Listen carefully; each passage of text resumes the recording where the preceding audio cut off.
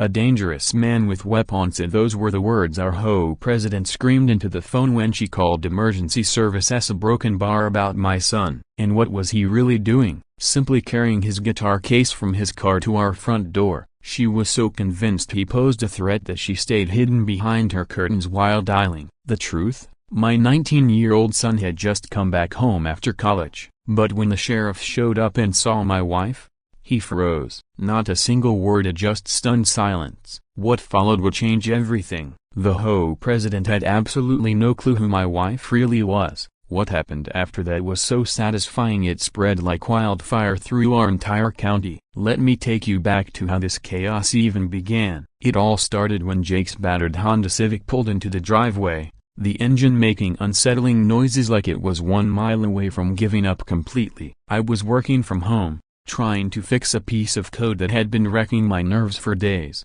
when I heard the door of his car slam shut, followed by the unmistakable sound of someone unloading an entire dorm room onto the driveway. From my office window, I spotted my son stepping out of the car. He looked utterly exhausted, with messy black hair that seemed to have its own agenda and a wrinkled band tee that had clearly survived many wash cycles too many. He'd gotten more tattoos since I'd last seen him over the holidays. A detailed design sprawled across his forearms, probably worth more than the car he drove in. He stood there for a moment, stretching, eyes scanning the neighborhood like he was seeing it with fresh eyes, even though this was the street he'd grown up on. Then he began the process of emptying his car, clothes jammed into garbage bags, a worn-out mini fridge, stacks of textbooks he likely wouldn't need anymore, and more musical gear than most local bands. Elena was in her home office, working on a branding project for a small business, probably another logo designed to make a mediocre company look polished. She had left her government job 2 years ago to go freelance, and though she never really detailed why, she seemed more at peace now. Still, she carried that quiet alertness I had noticed about her from the moment we met 2 decades ago. She noticed everything, as small details most people missed. Who was standing where, what had changed in the room, if anything seemed slightly out of place. It was subtle, but once you caught on, it was impossible to ignore. Meanwhile, Jake was making trip after trip, hauling his life back inside the house: vinyl records, art supplies, every gadget he'd collected during college. Our neighbors had already begun to notice. I caught the faint movements of curtains being pulled back across the street as people tried to get a peek at the commotion. Even the elderly lady from 2 doors down was taking her ancient poodle on extra slow loops, clearly trying to eavesdrop on whatever family drama was unfolding. Then it happened. Karen Blackwell's front door flew open like a trap springing shut. It was clear she'd been waiting for something like this, a chance to unleash her signature brand of high-strung community enforcement. She charged across her immaculate lawn, face red with purpose, like this moment had been rehearsed in her head for days. Wearing her usual outfit, a perfectly pressed khakis, a polo with the HOA crest proudly stitched on the chest, and the expression of someone determined to ruin your day, she approached like a storm. Her graying hair was pulled into a ponytail so tight it made her face look even sharper. And of course, she was clutching a clipboard. Of course she was. "Excuse me," she shouted from across the yard, finger aimed squarely at Jake like she was identifying a wanted fugitive. "You're not allowed to rent out your home to random tenants. This is a family neighborhood with very clear rules about who can live here." Jake stood there mid-lift, holding a box of records, completely stunned by the sudden outburst from a woman he'd never seen before. The poor kid had likely imagined a quiet move back into familiar territory and not being ambushed by the self-declared sheriff of suburbia. I stepped outside, already feeling the tension build, bracing for the nonsense I knew was coming. "That's my son," I said, trying to stay composed even as she practically accused me of running an illegal boarding house. "He's just moving back in while he figures out his next steps." But Karen didn't care for logic. Logic wasn't what she came for. "Impossible," she snapped, in the firm, unwavering tone of someone who believed they'd never been wrong. "I know the HOA rules front to back. Adults over 18 can't live with their parents beyond 30 days unless there's formal documentation, board approval, and a thorough review of how it affects neighborhood character. She quoted a rule that I was nearly certain she either invented on the spot or had drastically misinterpreted. But the way she delivered Ida with such force and confidence was enough to make me momentarily question my own understanding of the HOA bylaws. This woman had a real talent for turning fiction into policy. Karen had a talent for making you feel like simply existing in your own home was some sort of offense against the order of the universe. A small crowd had begun to form because nothing pulls in neighbors like the promise of live drama. People started emerging from their homes with that familiar look, part nosy curiosity, part cautious concern, as if they couldn't decide whether to step in or sit back and enjoy the spectacle. Jake, on the other hand, looked like he wanted the ground to swallow him whole. If he could have packed his things back into the car and driven to some distant place where HOAs didn't exist, he probably would have. "Karen," I said slowly, pulling out my phone with exaggerated calm, "I can show you every document you need. His birth certificate, social security card, driver's license, whatever it takes to prove he's my son and this is his home." But she was already on a roll, her voice rising higher and sharper with every word, like a kettle about to whistle. "I don't care about birth certificates or family ties," she announced, her voice loud enough to echo down the street. "The rules say that any adult child returning to live at home must file an official change of occupancy form with the Architectural Review Committee at least 2 weeks in advance." She pointed accusingly at the guitar cases stacked on the porch like they were contraband. "And clearly, musical equipment is being brought in, which opens the door to noise violations, disruption of neighborhood peace, and damage to local property values." Her voice was full of drama, as if those instruments were the start of some sort of cultural apocalypse. "This is exactly how my old neighborhood went downhill,"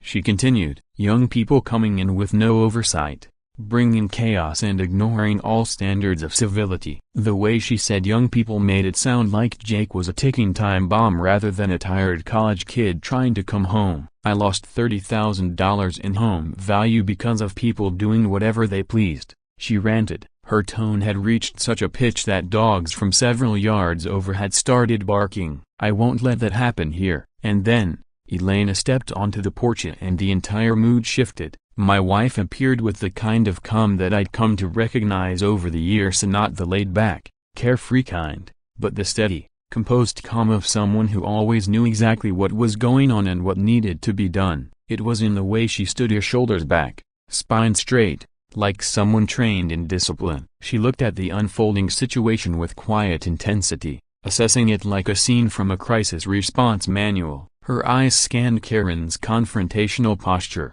the spectators gathering around, Jake's embarrassment, and my brewing irritation. She didn't need more than a few seconds to take it all in before stepping forward. Karen went quiet, sensing that something in the atmosphere had shifted, but probably not quite understanding what or why. "Ma'am," Elena said evenly, her voice suddenly crisp and official, completely unlike the casual way she usually spoke around the house. "Would you like to see documentation verifying that this is our son? I have his birth certificate, school records, proof of address, and anything else you may require to satisfy occupancy questions." There was nothing aggressive in her words. She was calm, clear, professional, like she was following protocol from memory. Her tone suggested she knew precisely which policies Karen was referring to and that she was prepared to handle every point with proper records and exact procedure. Karen's expression darkened slightly as she picked up on Elena's change in tone. She'd clearly expected resistance, not someone who sounded like they could chair an HOA committee themselves. "And who exactly are you?" Karen asked, suspicion coloring her voice. "Elena, Dave's wife, and Jake's mother," she answered plainly, but the way she said it carried far more weight than just a name and relationship. It was calm, firm, and completely in control. "I believe you may be misinterpreting some of the HOA rules," Elena continued. "I'd be happy to sit down with you and go through the official bylaws if that would help clear up any confusion." Her offer sounded polite and accommodating, but there was an undeniable confidence behind Ida, one that made Karen unconsciously take a step back, like she suddenly realized this wasn't going to play out the way she had envisioned. But why was Elena so composed in the face of all this? How did she know exactly how to handle it? What did she know that the rest of us didn't? The next morning, before I could even finish my first cup of coffee, I spotted Karen at her window this time with a pair of binoculars that looked less like something for birdwatching and more like tools for covert surveillance. And she wasn't even trying to hide it. Karen wasn't even trying to hide her little surveillance operation. She stood in full view, practically glued to her window, monitoring every move in and out of our home like we were part of some neighborhood behavioral experiment. If she couldn't kick Jake out using the HOA rulebook, it looked like she was determined to compile enough evidence to build a case. Jake came downstairs, moving quietly like he hoped silence alone might keep Karen from launching another attack. He looked like he'd barely gotten any rest, which made sense, considering he'd spent the night between unpacking and stressing about what our watchful neighbor might do next. "Dad," he muttered, glancing toward Karen's window as he poured cereal. "She's actually watching us. Like, non-stop. It's creepy. I feel like she thinks I'm planning a bank heist or something." I followed his line of sight and, sure enough, there she was, binoculars aimed directly at our kitchen. Apparently, Jake's breakfast routine had made it into her daily research notes. "Just ignore her," I said, trying to sound casual, though I was definitely starting to feel the weight of her scrutiny. "She'll get tired of it eventually." But she didn't. If anything, her dedication only intensified. Every time Jake stepped outside for the mail, to grab coffee on the porch, to get something from his car, or even to take out the trash, Karen was right there, binoculars in one hand, notebook in the other, documenting it all like she was tracking wildlife. She noted when he left, when he came back, what he was carrying, what he was wearing, and likely what kind of sandwich he had for lunch. By midday, I started questioning whether Karen had any other responsibilities in life, or if watching our family had become her primary mission. Her behavior had moved far beyond nosy neighbor and into territory that made me consider whether legal action might be warranted. I decided to dig around for some answers myself. I pulled up public property records and did a little research into Karen's past, and what I found explained a lot. Turns out, she had taken a serious financial hit on her previous home, but it hadn't been because of young renters or irresponsible neighbors, as she'd so dramatically claimed. The truth was, a major employer in her area had pulled out, crashing the local housing market. She'd ended up owing more than the house was worth and had to sell at a steep loss. She moved into our neighborhood a few years back and wasted no time climbing the ranks of first joining the HOA board, and then securing the presidency in less than half a year. She was smart, no doubt, disciplined and organized too, but clearly haunted by the fear of history repeating itself. Her obsession with control, home values, and rigid order wasn't just about power, it was about never again being financially blindsided. Meanwhile, Elena had become unusually quiet since the confrontation. She moved through the house differently, spending long stretches at various windows and not in paranoia, but in silent, steady observation. It was like she was watching Karen watching us,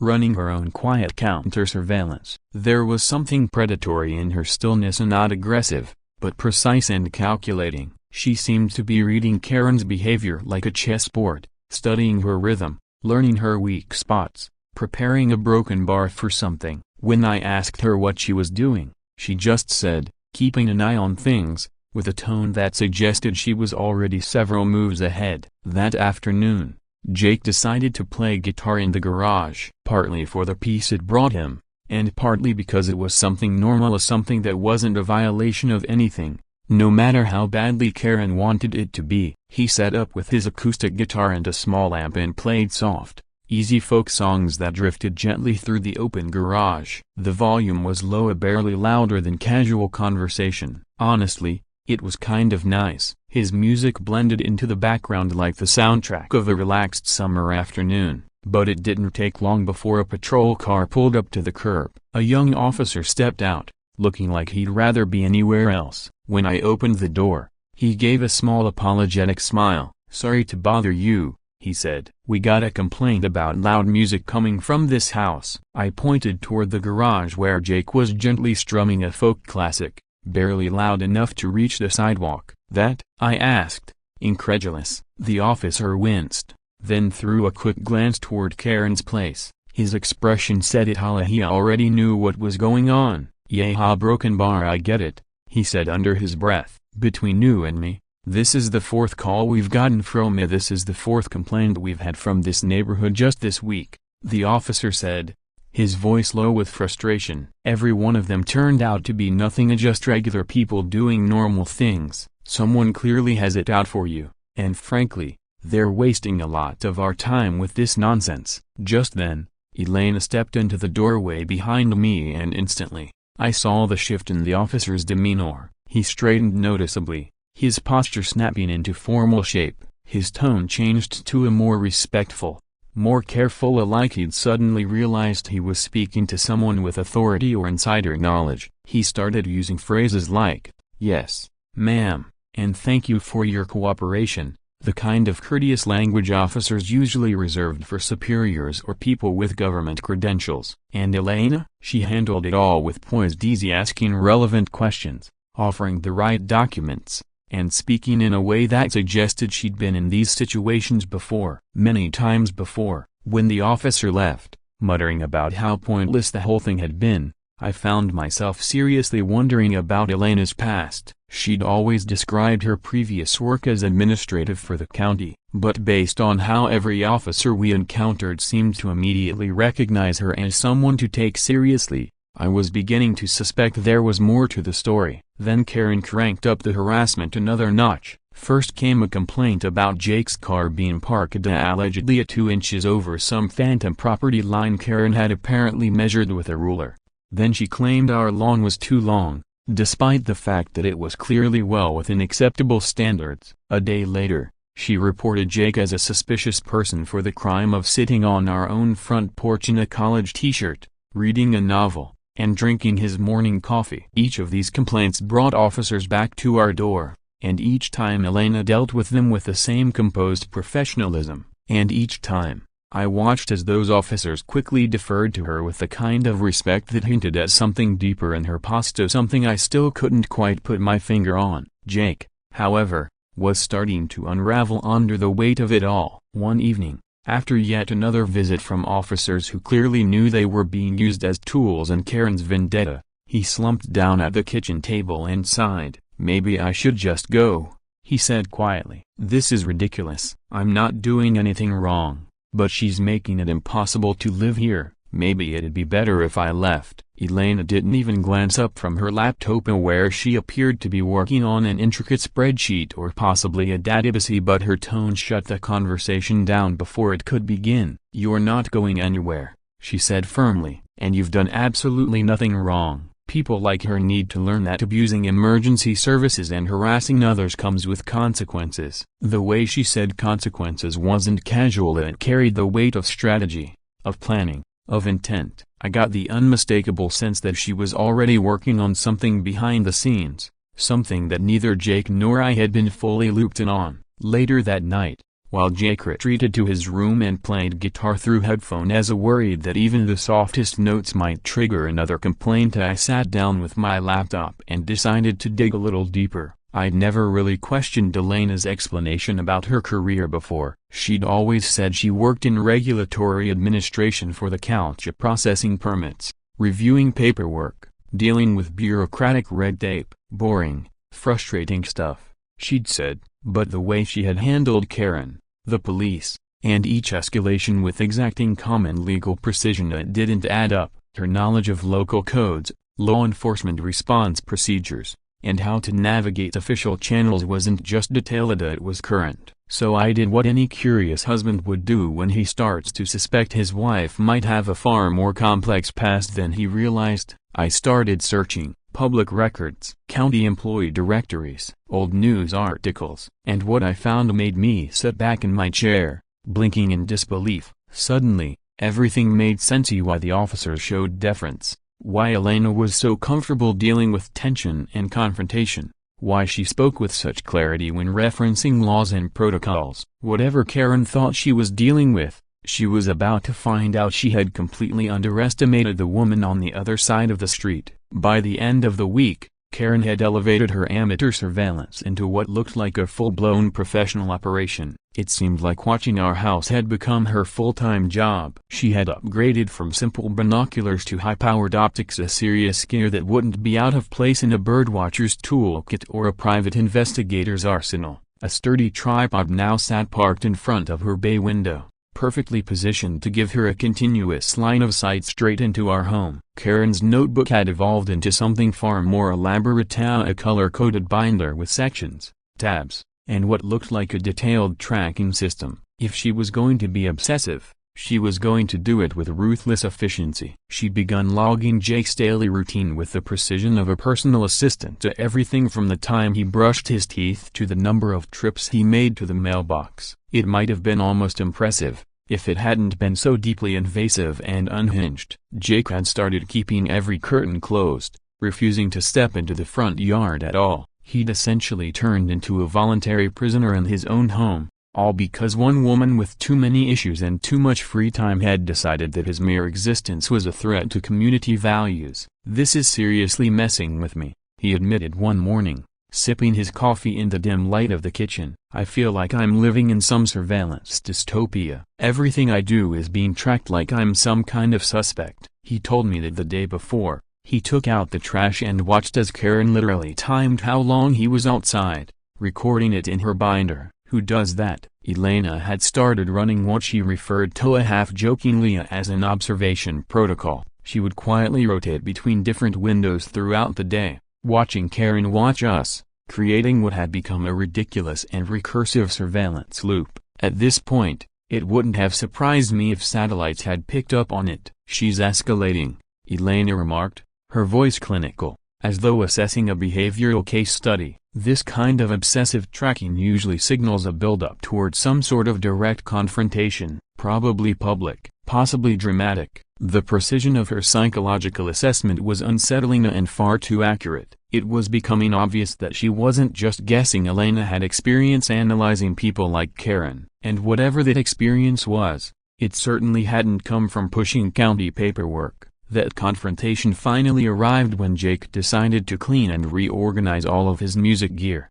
His bedroom was too cramped for the task, so he began hauling everything into the garage to spread out. Guitars, pedals, amps, cables, and a large black hard-shell Kazi, the kind that, from a distance, might look intimidating if you were already predisposed to seeing threats where there were none. He also had a mix setup, a modest effects rack, and other tools from his college years back when he briefly pursued music production before realizing graphic design was his true path. As Jake began moving his gear outside, I could visibly see Karen's anxiety spike. From her post by the window, she was nearly pressed against the glass, scribbling into her binder and occasionally lifting her phone to take photos. It looked like she was building a case file on a local musician instead of watching a neighbor clean his garage. To her, that guitar case might as well have been a threat to national security. Jake remained blissfully unaware of the frenzy happening across the street. He was fully immersed in the task of dusting off old equipment,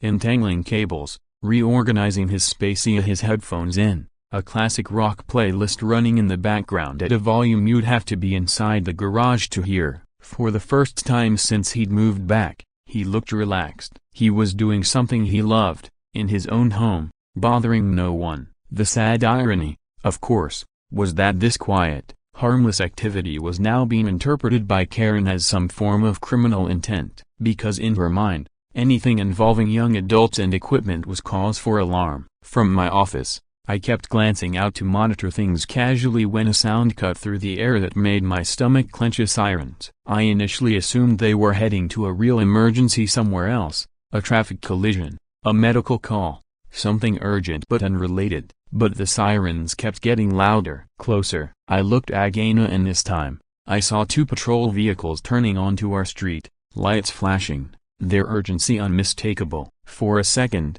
I instinctively scanned the neighborhood, looking for any signs of danger or trouble. Then I realized that both cars were coming straight for our house. No hesitation, no detour. They were here for us. Elena appeared in my office doorway before I could fully process what was unfolding. Elena was already moving. Her expression was serious but not at all surprised. It was as if she had been waiting for this moment, mentally prepared for the escalation she knew was coming. "What's going on?" I asked, though I already suspected the answer. Elena was heading toward the front door with the same composed determination she'd shown during every previous confrontation. "Karen called 911. She replied flatly, her voice steady. It wasn't alarmed or even frustrated, just factual, like she had anticipated this would be Karen's next move. I've been expecting her to take it this far. And just like that, it hit me. Elena hadn't just been watching Karen over the past few days as she had been studying her, anticipating her behavior step by step, as if she were tracking a pattern she'd seen before. It wasn't casual observation, it was tactical. As we stepped outside, I saw neighbors beginning to emerge from their homes, heads turning, eyes scanning. It was as if a silent neighborhood alarm had gone off. People stepped onto porches, peered through blinds, and paused mid-dog walk or bike ride, all pretending not to stare but clearly drawn in by the flashing lights and the promise of neighborhood drama. Within minutes, our cul-de-sac had transformed into a curious crowd, a half of them trying to act like nothing unusual was happening, the other half clearly savoring the spectacle. The officers, meanwhile, moved with calm precision and a kind of cautious approach that indicated they were treating the situation as potentially serious. They headed straight for Jake, who stood frozen in the garage, clutching his guitar case with a stunned look on his face. The officers advanced steadily, alert and professional, clearly unsure of what exactly they were walking into. "Sir, please set down what you're holding and step away from the vehicle," said the senior officer, his tone controlled and firm as the voice of someone trained to de-escalate but not take risks. Jake's face turned pale. "It's just my guitar," he said shakily, clearly shaken. "I was just cleaning my stuff, a broken bar, but they weren't taking chances, not after the call they'd received." They instructed him to carefully place the guitar case down and step back while they assessed the situation. And across the street, Karen stood triumphantly at the edge of her lawn, arms crossed, watching it all unfold with a satisfied smirk that made my blood boil. She wanted an audience. And now she had one. "I told you something was off about that family," she announced loudly, making sure every ear nearby caught her words. "Young men don't carry cases like that unless they're hiding something. I was only trying to protect our neighborhood." Her implication couldn't have been clearer. She had called in a report suggesting my son, a quiet, artistic, college-aged son, was armed, dangerous, and a threat to public safety, and now he stood humiliated, frightened, and surrounded by armed officers because a neighbor didn't approve of his music gear. It wasn't just infuriating, it was dangerous. She was willing to endanger my son, drain police resources, and create a public scene, all because of her own obsessive need to exert control over our family's life. Then Elena stepped forward, and the entire energy of the scene shifted. She approached the lead officer with steady, measured steps. Her posture was respectful, but confident, clearly familiar with law enforcement protocol. Her presence was composed, commanding, and entirely professional, without a hint of aggression. "Officers," she began, her voice even and direct, "I believe there's been a misunderstanding regarding the equipment my son was using. He was simply cleaning his musical instruments in our garage when this complaint was apparently made." The lead officer focused on Elena, something shifting in his expression as he listened. He was clearly registering something deeper in her tone, something about her demeanor that signaled she wasn't just another concerned homeowner. "Yes, ma'am," he responded, his tone becoming more formal, respectful. "We're responding to a report about a possible weapon. Our first priority is to secure the scene and assess the actual circumstances." Elena nodded calmly. "Of course, I understand your procedure completely." She then offered to provide identification and documentation for everyone living in the house, her voice still calm, still authoritative, not defensive but solution-focused. The offer was practical, and the way she phrased it had a reassuring effect on the officers. You could tell they were used to dealing with people who panicked, yelled, or resisted. Elena was none of those things.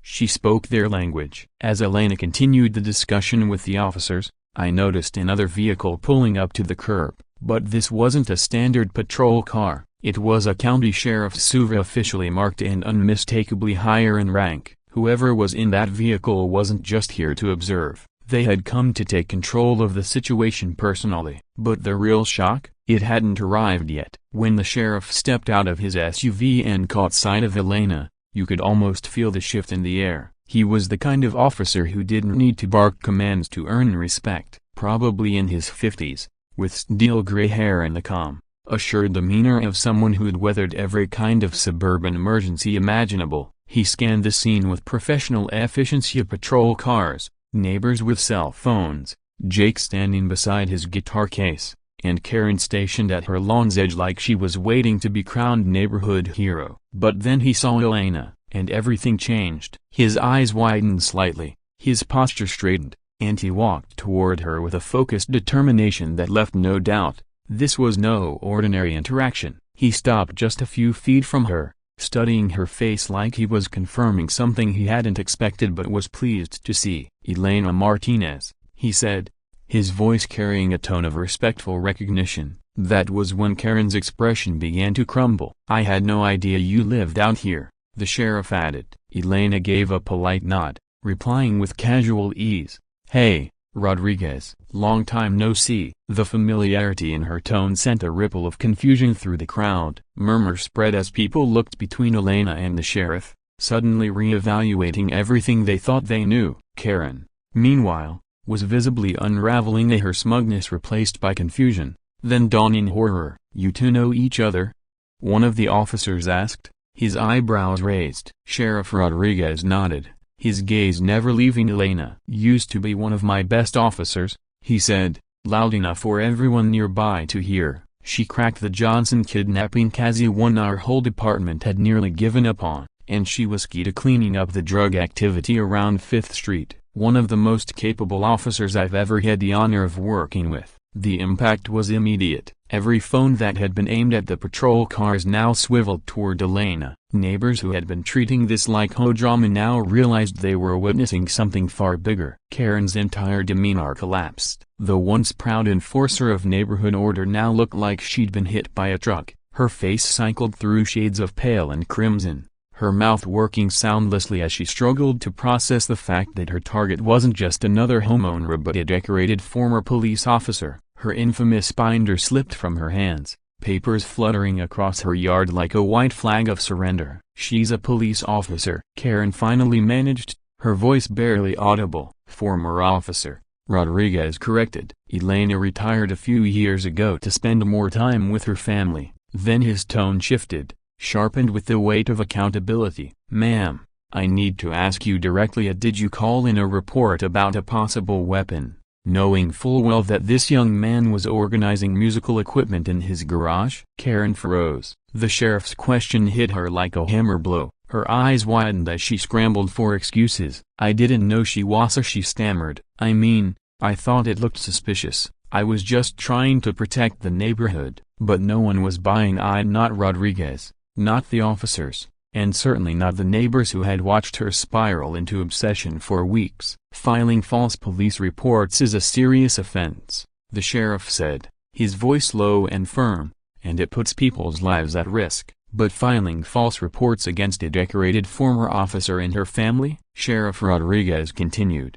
his voice cutting through the stunned silence. "That's something we take very seriously. There will be consequences for wasting department resources and for endangering innocent people with reckless accusations." Elena stepped forward, her voice calm but firm. "Sheriff Rodriguez, I appreciate your concern, but maybe this can serve as a learning opportunity for everyone." She turned to the crowd of neighbors still standing on lawns and sidewalks, caught between curiosity and discomfort. "Sometimes people make bad choices when they're scared or confused," she said. "What matters is how we respond with professionalism and respect." Her words hung in the air like a challenge and an invitation all at once. Despite everything Karen had put her through, Elena was offering a path back with dignity if Karen had been willing to take it. But she wasn't. "You don't understand," Karen snapped, her voice rising into a frantic pitch. "I was protecting this neighborhood property values, safety standards. That's all I've ever tried to do."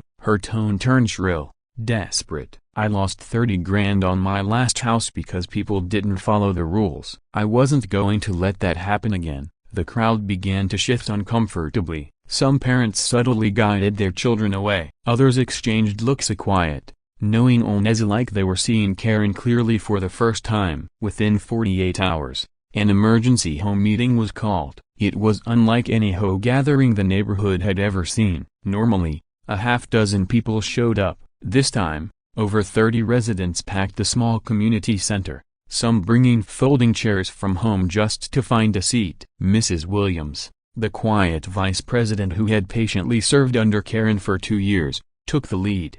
She spoke with a calm confidence that made people wonder why she hadn't been president from the start. Then, one by one, neighbors stood up to share stories. The young couple from Oak Street talked about being fined for growing a small vegetable garden deemed agricultural use. The elderly man from the corner recalled being cited for walking his dog on the wrong side of the sidewalk. Even the mailman was invited to speak, confirming he'd seen Karen taking pictures of residents and their guests using what looked like high-grade surveillance gear. Elena didn't attend the meeting. She said the neighborhood should handle it on its own, and they did. The vote was swift and overwhelming, 8-1 to remove Karen as HOA president. So what happened after Karen's epic downfall? Did she face any real consequences? Type karma if you're here for justicia because it came fast. Sheriff Rodriguez kept his word. An internal review of Karen's 911 calls revealed a disturbing pattern of false reports. Within a week,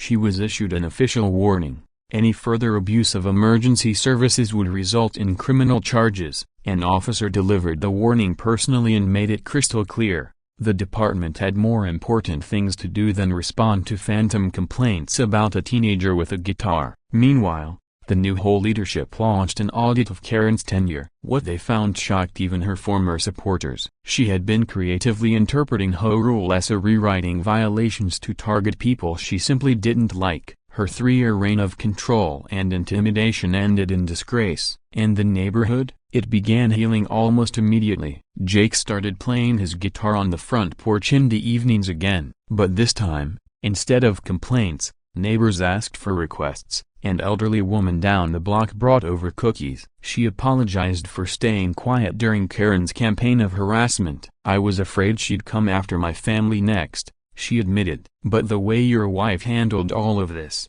it reminded me that sometimes, you have to stand up to bullies." 1 month later, our street looked completely different, and not because Karen's binoculars were gone, but because the fear she spread had lifted. Where tension once hung over our homes, there was laughter, music, and friendly hellos. The community Karen claimed to be protecting was finally becoming the kind she'd only pretended to foster. Jake found his confidence again. He even started thinking about going back to school in FIU, this time for music therapy. He said he'd never realized how much peace his music brought others until now. Elena continued her freelance design work, but more and more neighbors began dropping by, and not to complain, but to ask her advice. It wasn't just that the neighbors respected Elena for her background, that they admired her calm wisdom and her steady ability to solve problems without drama. The new HOA president, Mrs. Williams, a retired teacher with a reputation for fairness, immediately suspended all of Karen's outstanding fines and complaints. She ordered a full review of existing policies and,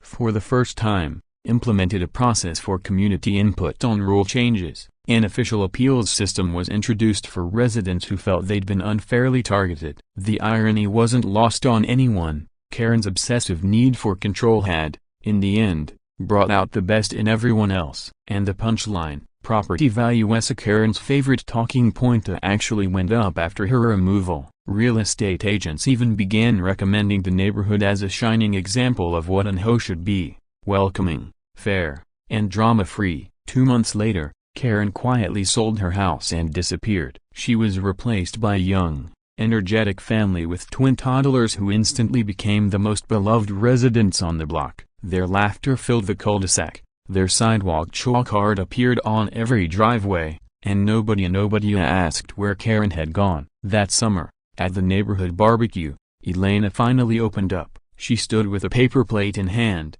kids darting between adults, music playing softly in the background, and said, "After 15 years of seeing people at their worst, I wanted to spend my time seeing people at their best. My family, this community, helping people prevent problems, not just clean up after them." Then her tone shifted.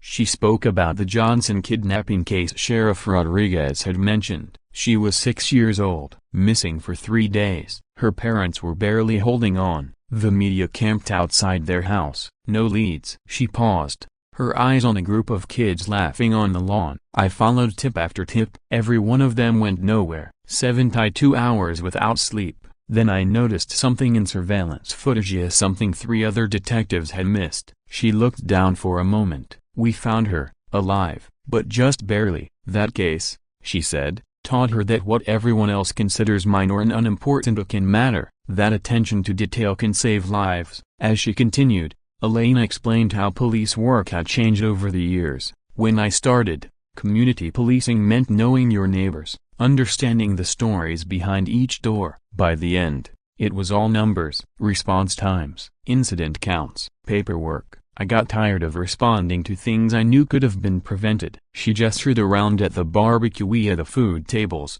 the laughter, the neighbor kids dancing while Jake played guitar. This, she said, is what I wanted to protect. Not regulations, not fences and fines, people, connections, trust. And she'd done just that. She hadn't fought Karen with noise or anger. She dismantled her control with facts, calm leadership, and quiet strength. Watching Elena that night laughing with neighbors, cheering Jake as his guitar solos grew bolder, I finally understood. Her retirement hadn't been a retreat. It had been a choice to use everything she knew, not to enforce rules, but to build something better. And the transformation of our neighborhood was living proof. Karen's rigid, fear-driven control had stifled the community. Elena's quiet leadership had helped it bloom. But just as everyone thought the night was winding down, Elena shared one more thing and it stunned everyone. Want to hear what she said? Ouija Stories, the home of true justice tales that are too wild to make up. What's the craziest HOA story you've witnessed? Drop it in the comments. Hit that bell so you don't miss our next unbelievable episode.